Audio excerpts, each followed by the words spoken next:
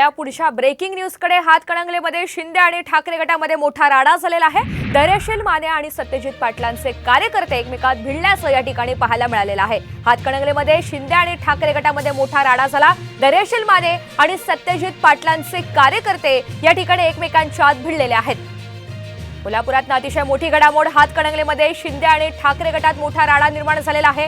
धैर्यशील माने आणि सत्यजित पाटलांचे कार्यकर्ते या ठिकाणी एकमेकांच्या आत भिडल्याचं पाहायला मिळालं। हे दोन्ही गटाचे कार्यकर्ते एकमेकांच्या समोरासमोर आलेले होते आणि वादाचं कारण अद्याप स्पष्ट होऊ शकलेलं नसलं तरी देखील हातकणंगलेमध्ये शिंदे आणि ठाकरे गटामध्ये हा राडा झालेला आहे। एकीकडे आपण पाहतोय हातकणंगलेमध्ये देखील मतदान पार पडतंय।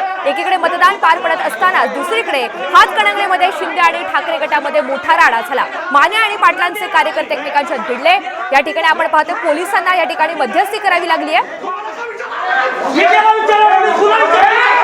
अधिकची माहिती आपल्याला प्रतिनिधी विजय पाटील देत आहेत। विजय, या वादाचं नेमकं कारण काय आणि आता परिस्थिती निवळलेली आहे का? नक्कीच आता परिस्थिती या ठिकाणी निवळलेली आहे। साखळ्यामध्ये या ठिकाणी काही वेळापासूनच या ठिकाणी बाचाबाची सुरू होती बूथवरून आणि यावेळी दोन्ही गट या ठिकाणी आमनेसामने आले आणि यावेळी बाचाबाची या ठिकाणी मोठ्या प्रमाणात सुरू झाली आणि तात्काळ पोलिसांनी या ठिकाणी दखल घेत दोन्हीकडच्या कार्यकर्त्यांना बाजूला केलं आणि या ठिकाणी मतदान सुरळीत करण्यात आलेलं आहे।